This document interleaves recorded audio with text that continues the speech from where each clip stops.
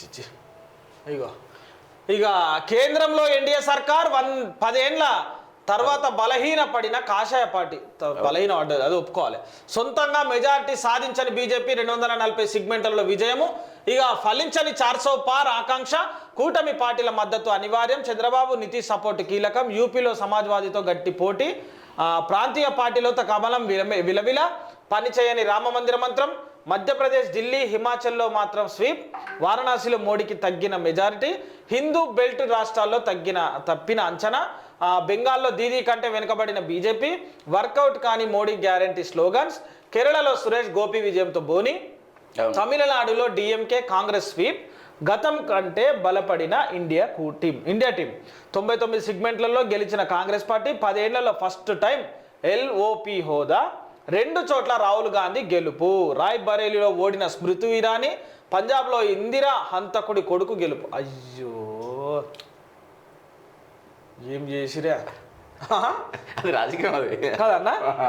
ఇందిరా హంతకుడి కొడుకు, ఇందిరాగాంధీని చంపిన వాళ్ళ కొడుకు పంజాబ్లా. ఏ పార్టీలా?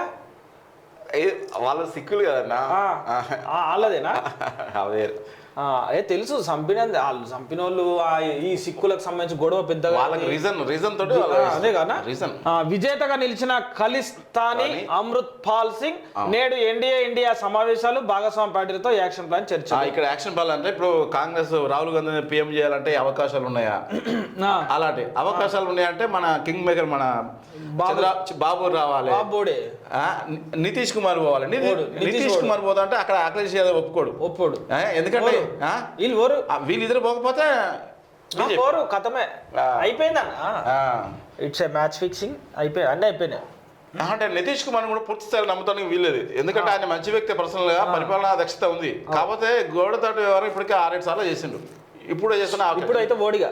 ఎందుకంటే వాళ్ళు కలిసి పోటీ చేశారు అన్న, నైతికంగా. ఎందుకంటే కలిసి పోటీ చేశారు, చివరి దాకా ఉంటారు. ఒక దగ్గర కలిసి పోటీ చేసి ఇంకో పార్టీలో పోతే కూడా తప్పదు, మద్దతు ఇస్తే.